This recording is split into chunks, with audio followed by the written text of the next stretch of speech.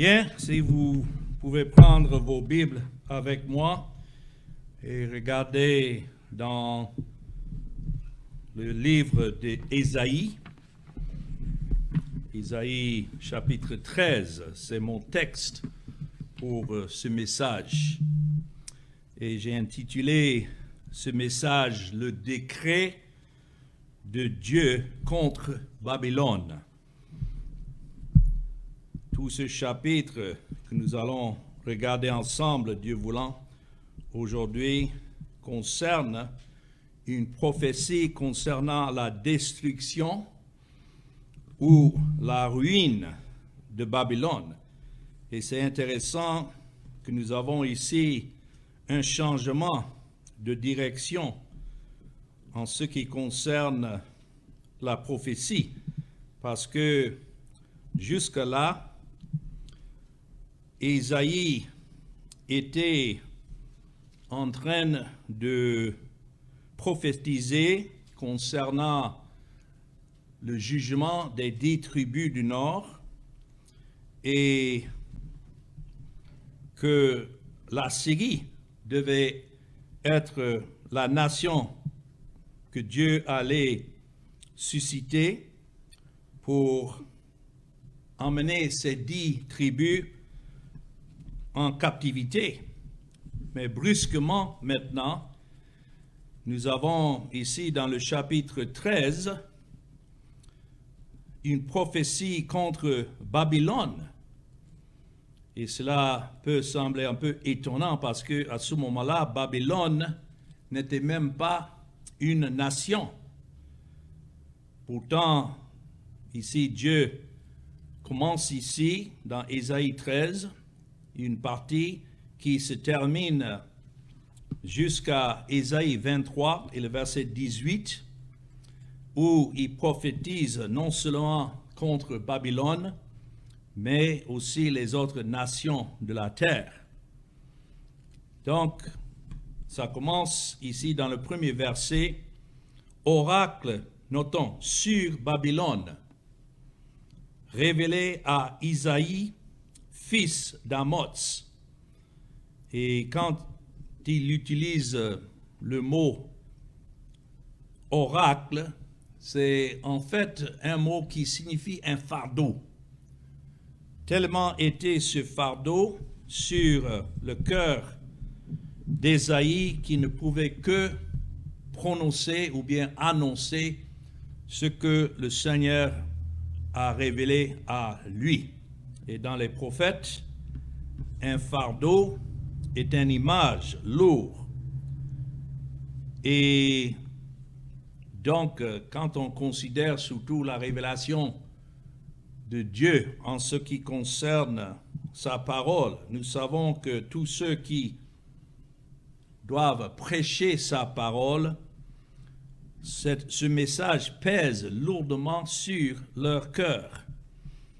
Et donc, l'importance considérable, non seulement de prêcher la parole, mais prêcher la parole telle qu'elle est révélée dans les Écritures. Alors, c'est comme ça que ça commence. Et nous voyons ici, dès le premier verset, que c'est un oracle qui est contre Babylone. Donc, ici, nous sommes à peu près dans les années 685 avant Jésus-Christ, à peu près 100 ans, même avant que Juda ne tombe finalement devant l'empire babylonien. Cela a eu lieu à peu près 586 avant Christ.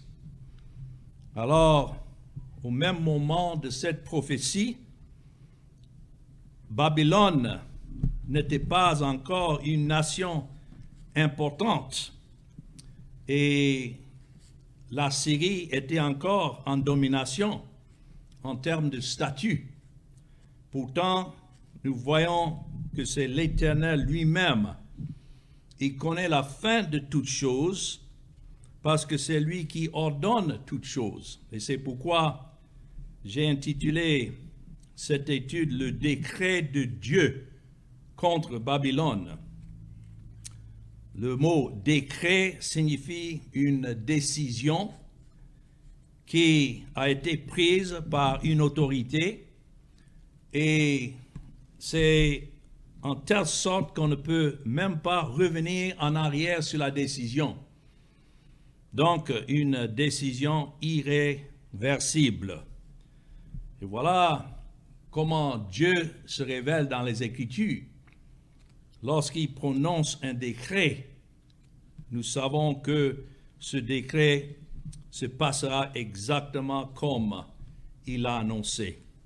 C'est pourquoi lorsque nous lisons la Bible, nous avons cette confiance que tout ce que Dieu révèle ici dans sa parole est sûr et certain. Et donc, nous pouvons y faire confiance. Alors, on peut se poser la question ici, pourquoi jusque-là, il a adressé la nation de la Syrie et aussi les 10 tribus du nord. Et en partie, il a annoncé aussi aux 2 tribus du sud qui restaient, où se trouvait le temple et Jérusalem à l'époque, mais annonçant que le jour viendrait où même ceux-là seraient pris en captivité. Mais nous avons vu au milieu de tout cela des prophéties concernant le règne de Christ, que tout cela devait se terminer au temps que Dieu a ordonné avec la venue de Christ et son règne sur cette terre. Et nous avons vu déjà dans les chapitres 11 et 12 le règne de Christ décrit, et ce règne existe aujourd'hui. Ça, ce n'est pas pour un temps futur, mais ça entraîne maintenant exactement comme Dieu l'a annoncé. Mais pourquoi alors ce changement brusquement pour parler de Babylone?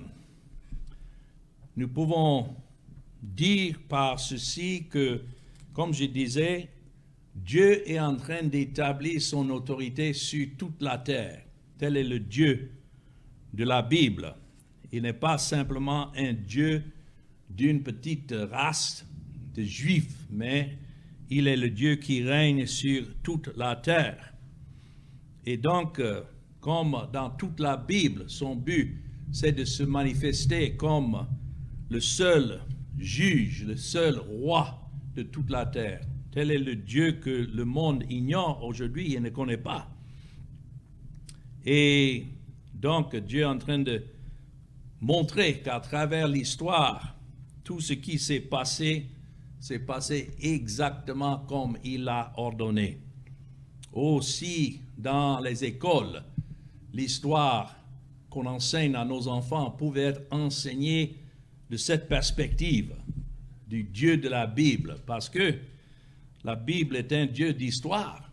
Comme nous sommes en train de lire, ce sont des vrais faits qui se sont passés. Au moment où Ésaïe prophétisait, c'était encore futur. Mais maintenant que nous lisons, nous sommes en train de regarder en arrière et voir dans les moindres détails comment tout cela s'est passé exactement comme Dieu l'avait ordonné. Mais en tout cela, l'histoire de la Bible est une histoire de rédemption. À travers ce que nous sommes en train de voir, quels que soient les jugements de Dieu, nous sommes en train de contempler comment Dieu a préservé un reste. Et ce reste, il a préservé à cause de Christ, qui devait venir et accomplir toutes choses dans sa venue, lorsqu'il est venu dans le 1er siècle. Mais nous sommes en train de voir ici comment Dieu, qui règne sur toutes choses, dirige toutes choses, a sa propre fin. Cela doit nous réconforter lorsque nous considérons même nos vies. Peut-être que je suis en train de parler à certains qui sont bouleversés dans leur petit monde de leur vie. Peut-être la santé ne va pas, ou bien les finances ne vont pas. Et il semble qu'il y a des problèmes de toutes parts. Mais en tout cela, nous savons que c'est Dieu qui règne et qu'il ordonne ces choses pour notre bien, si nous sommes ses enfants. Pour ne pas que nous mettions notre confiance dans cette chair ou bien que nous imaginons que notre situation est statique, que ça ne peut pas changer. Et donc, il, selon sa volonté, bouleverse notre petit monde. Ça, c'est son droit en tant que Dieu, et c'est lui qui en tirera la gloire. Mais ici, dans ce passage, nous continuons dans Ésaïe chapitre 13. Donc, nous voyons à qui cette prophétie est adressée. C'est bien dit, sur Babylone. Même si Babylone n'était pas encore au pouvoir comme une nation qui devait dominer, parce que c'était la Syrie à cette époque. Néanmoins, même avant que Babylone ne soit élevée en pouvoir, Dieu est en train de démontrer sa fin déjà. Et Dieu indique ici, à travers cette prophétie d'Ésaïe, qu'il devait soulever une armée qui devait venir contre Babylone.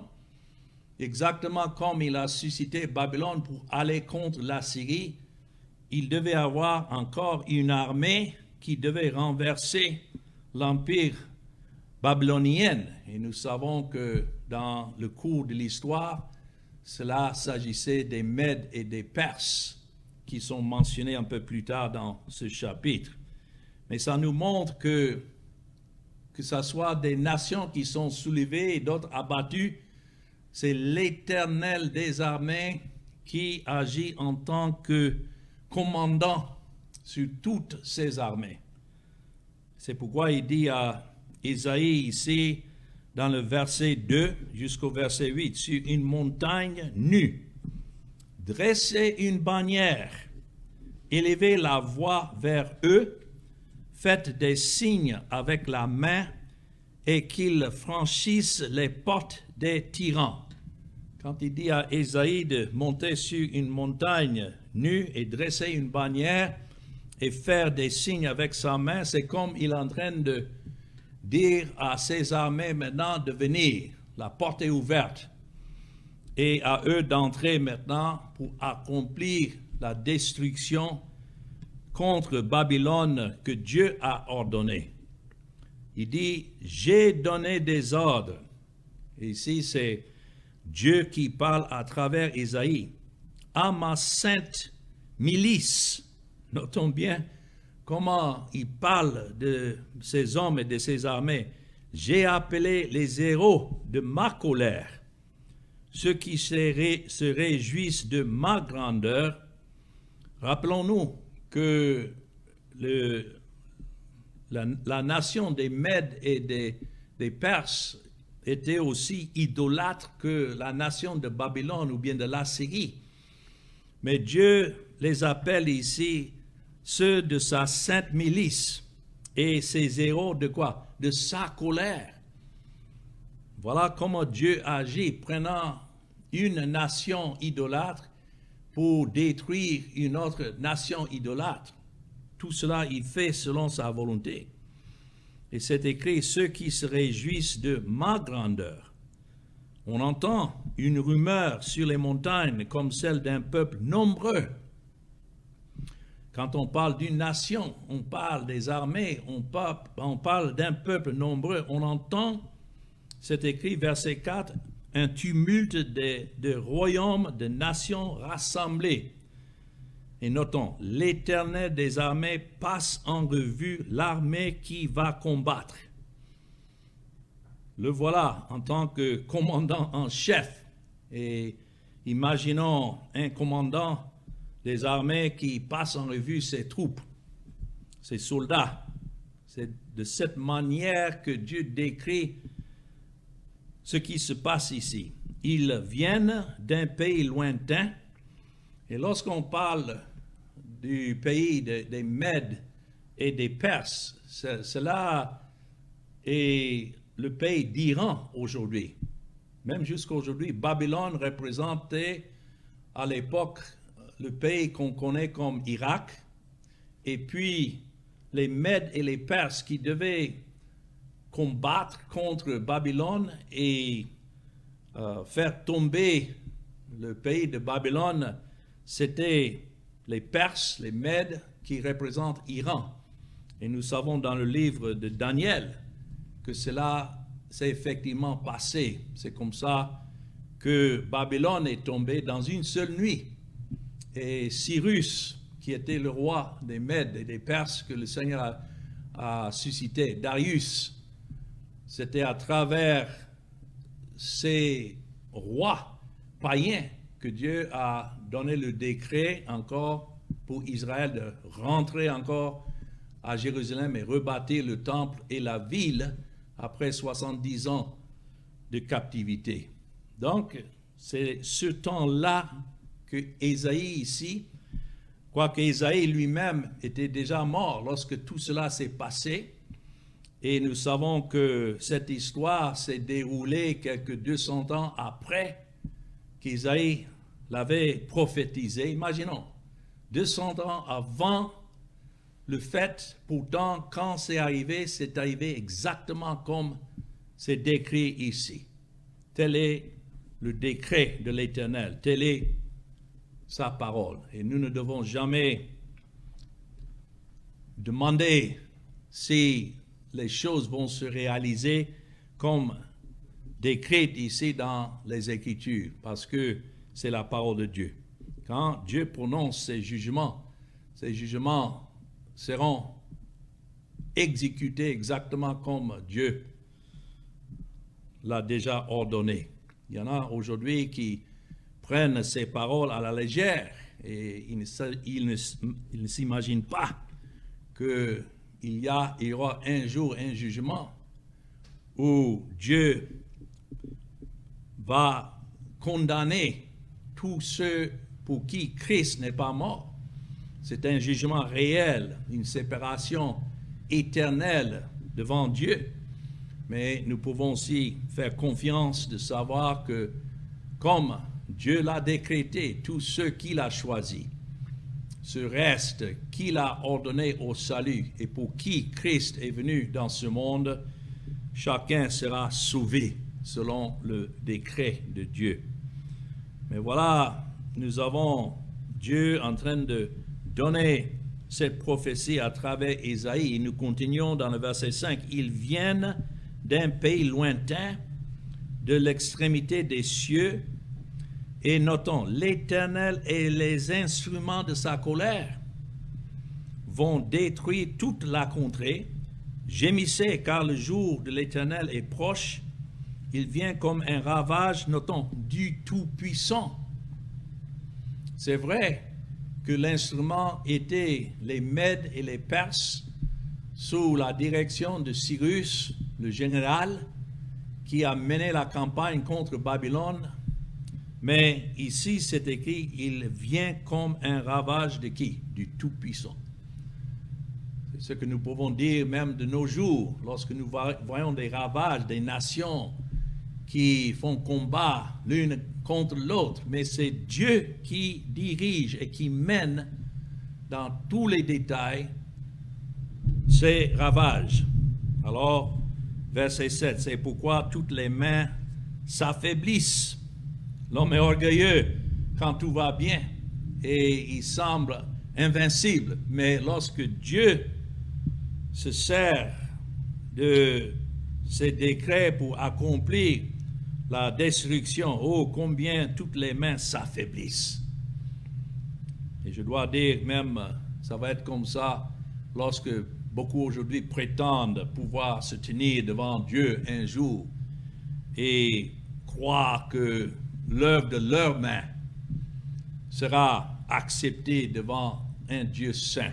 Oh, ce jour-là, combien de mains vont s'affaiblir et tout cœur d'homme, quoi, abattu. Parce que c'est Dieu qui est Dieu. Et c'est écrit, ils sont frappés d'épouvante, les spasmes et les douleurs les saisissent, ils se tordent comme une femme en travail.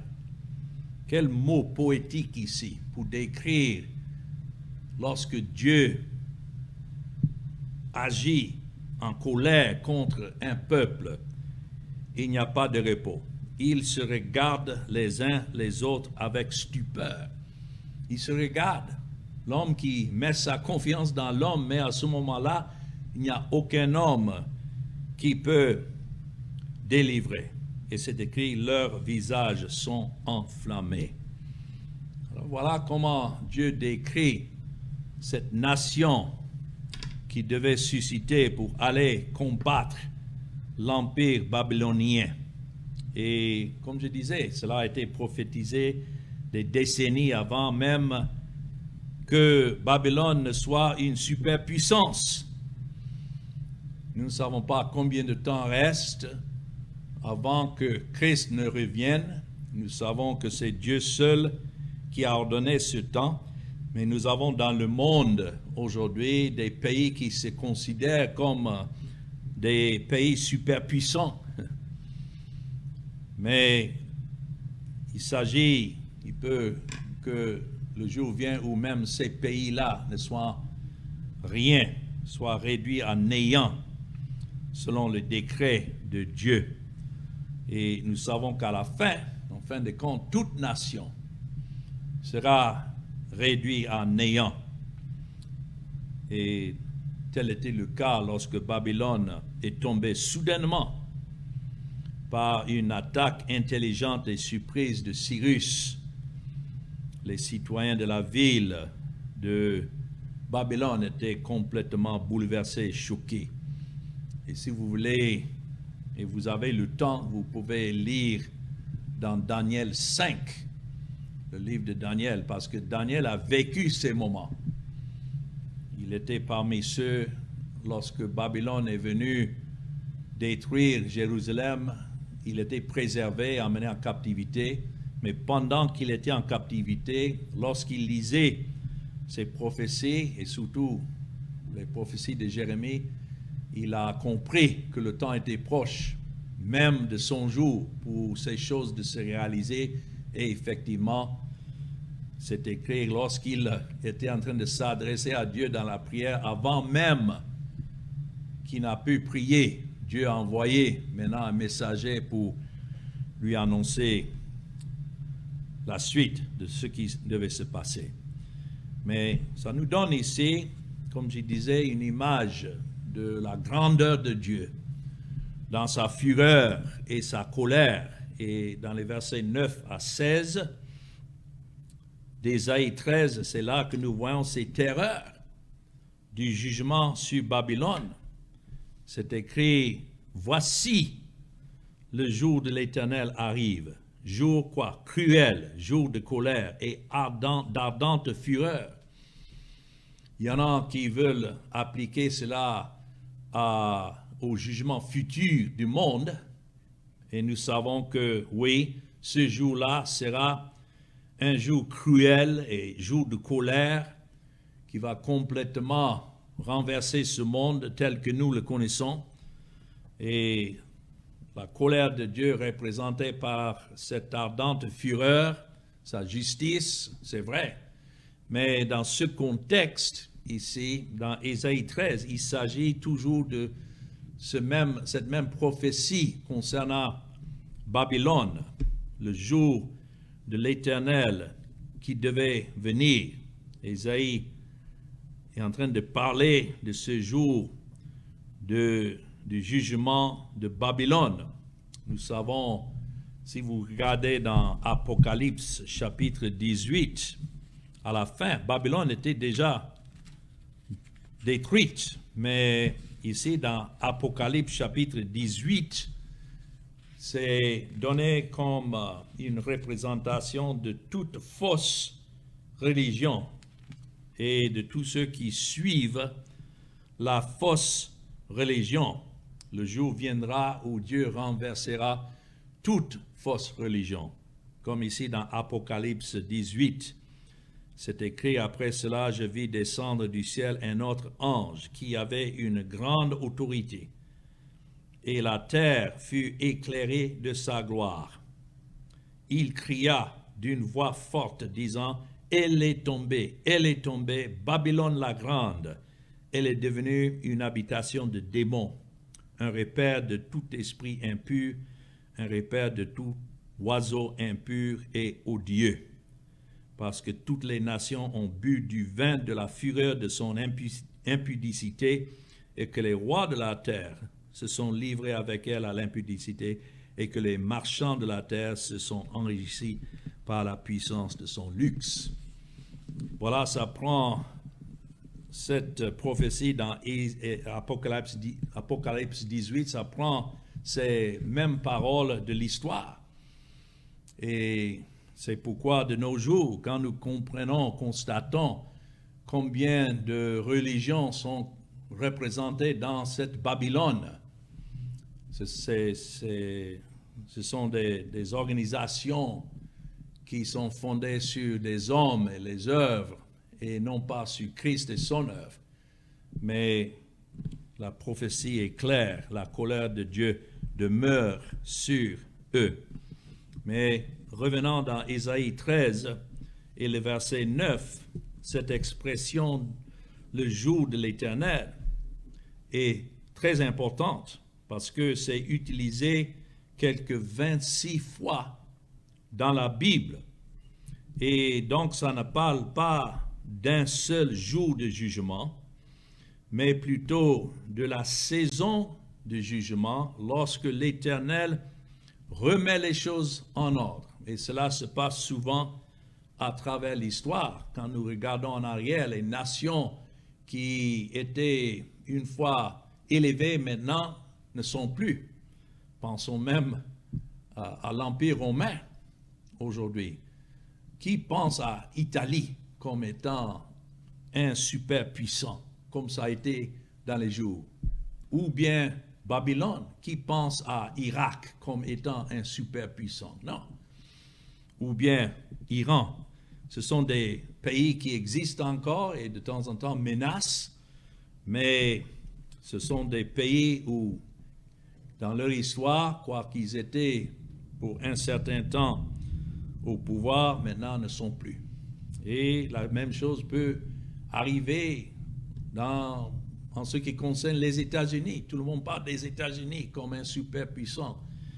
Mais nous sommes en train de voir déjà combien le Seigneur est en train de minimiser son importance. Et cela selon son décret. Mais pour décrire les terreurs du jugement, encore dans des termes poétiques, c'est écrit dans le verset 9 qui réduira la terre en solitude et en exterminera les pécheurs. Vous savez que le seul problème avec ce monde, c'est le péché. Autrement, c'est un bon monde dans lequel nous vivons. Mais le problème, c'est le péché, et cela depuis Adam, et les pécheurs qui y habitent. Donc, nous ne devons pas être surpris de comprendre que Dieu décrète le jugement des pécheurs.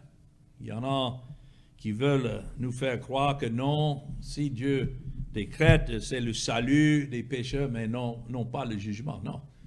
Il y a des vases de colère que Dieu a créés uniquement pour subir sa colère. Et ça, c'est clair ici dans le verset 9. Et en exterminera qui? Les pécheurs. Ça devait être notre cas, si ce n'était que Christ a dû porter ce jugement sur lui à l'égard de son peuple. Mais voilà encore des termes poétiques pour décrire ces terreurs. C'est écrit, les étoiles des cieux et leurs astres ne feront plus briller leur lumière. C'est une manière de parler du jugement. Le soleil s'obscurcira dès son lever et la lune ne fera plus luire sa clarté.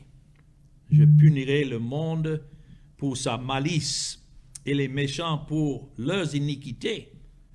Bien sûr, Dieu a suscité ces nations pour accomplir sa volonté, même en ce qui concerne le peuple d'Israël et son jugement sur Israël, mais en retour, Dieu maintenant prononce ses jugements sur ces nations. Je ferai cesser quoi? L'orgueil des hautains. C'est Dieu qui dirigeait les pas de ses armées, mais au lieu de donner la gloire à Dieu, puisqu'ils ne connaissaient pas Dieu, ils se sont donné la gloire à leurs mains. Donc Dieu dit, j'abattrai l'arrogance des tyrans et je rendrai les hommes plus rares que l'or fin et je les rendrai plus rares que l'or d'Ophir. À l'époque, c'était le lieu où les gens allaient chercher le meilleur or. Pourtant, Dieu dit que tout sera rendu anéanti. C'est pourquoi j'ébranlerai les cieux et la terre sera secouée sur sa base par la colère de l'Éternel des armées au jour de son ardente fureur. Alors, comme une gazelle effarouchée, comme un troupeau sans berger, chacun se tournera vers son peuple, chacun fuira vers son pays. C'est intéressant que sous la main de colère de Dieu, les gens ne se tournent pas vers Christ ou vers Dieu. Ici, chacun se tournera vers son peuple. Voilà le cœur de l'homme, même sous la colère de Dieu, qui ne cherche pas un refuge en Christ, mais qui cherche son refuge vers d'autres, de son l'autrui. Chacun fuira vers son pays. Tel devait être aussi notre cas. Quand nous constatons la colère de Dieu, quel est notre refuge? C'est en Christ. Il est le seul refuge vrai. Et tous les autres refuges sont des faux. Verset 15, tous ceux qu'on trouvera seront percés. Aucun n'échappera. Quand Dieu détermine le jugement des pécheurs, aucun n'échappera. Et tous ceux qu'on saisira tomberont par l'épée. Les gens vont chercher par tous les moyens d'éviter la colère de Dieu, mais ils ne peuvent pas. La colère de Dieu doit les atteindre. Et cela est vrai pour notre jour. Ceux qui cherchent du repos ou bien une certaine paix dans leur faux refuge, chacun tombera par l'épée de Dieu. Et non seulement, notons verset 16, ce n'est pas seulement les adultes. Il y en a qui disent non, mais les enfants sont exempts. Ici, c'est écrit, leurs enfants seront écrasés sous leurs yeux, leurs maisons seront pillées et leurs femmes violées. Ce sont des termes qui sont difficiles à comprendre. Pourtant, en lisant cela, nous savons que c'est la manière que Dieu a ordonné à ce que son jugement soit exercé. Alors, quelle que soit la nation, et comme je disais ici, c'est une prophétie contre Babylone, mais au fur et à mesure que nous continuons, nous allons voir dans les chapitres qui suivent des prophéties contre l'Assyrie, contre les Philistins, contre Moab, contre Damas, et prophéties contre toutes les nations qui existaient de son jour, que Dieu est en train de démontrer que c'est lui qui règne et c'est lui qui accomplit sa volonté. Alors, nous continuons dans les versets 17, donc au verset 22, pour voir combien Babylone doit être affligée et dévastée. Lorsque Dieu ordonne le jugement d'un monde, combien cette ruine et ce jugement est frappant à regarder. Et souvent, nous regardons ces choses pour comprendre la colère de Dieu, mais comme je dis souvent, si nous voulons vraiment comprendre la colère de Dieu, oui, ces choses nous frappent du cœur, mais pour moi, le meilleur exemple de la colère de Dieu et de ce qu'il a dû faire à son fils. Il n'a pas épargné son fils, mais il a livré afin de sauver des pécheurs qu'il a arrêtés au salut. Combien est grand alors le jugement de Dieu quand nous constatons ce que Christ a dû subir afin que Dieu soit juste pour justifier les pécheurs qu'il a ordonnés au salut. Quelle image de la colère de Dieu. Alors, il dit dans le verset 17, « Voici, j'excite contre eux les Mèdes. » C'est pour ça que nous savons que tout ce qu'il est en train de prononcer ici, et effectivement c'est passé comme ça dans l'histoire, provenait des mains des Mèdes et des Perses, ceux qui représentent l'Iran aujourd'hui. Et c'est écrit qui ne font point cas de l'argent et qui ne convoitent point l'or. Ces pays avaient déjà tout ce qu'il leur fallait en ce qui concerne l'argent et l'or. Tel n'était pas leur but en allant contre Babylone. Mais c'est écrit dans le verset 17, « J'excite contre eux, les Mèdes. » C'est Dieu qui les a suscités en son temps pour accomplir sa volonté. Et donc, de leur arc, ils abattront les jeunes gens. Notons encore, les jeunes gens ne seront pas épargnés. Et ils seront sans pitié pour le fruit des entrailles. Cela s'agit même des bébés. Leur œil n'épargnera point les enfants. Cela nous rappelle que tout ce qui sort de la femme est déjà souillé. Nous ne péchons pas. Nous ne sommes pas pécheurs parce que nous péchons. Nous péchons parce que nous sommes des pécheurs. Et c'est dès le sein de la mère que nous sortons des menteurs et des pécheurs, des rebelles. Voilà un rappel de cela ici. C'est écrit Babylone, l'ornement des royaumes. Et c'était le cas. Dans ce jour-là, la fière parure des Chaldéens sera comme qui Sodome et Gomorrhe, que Dieu détruisit. Donc voilà l'exemple de Sodome et Gomorrhe, tel Sodome et Gomorrhe, tel Babylone. Elle ne sera plus jamais habitée, elle ne sera plus jamais peuplée.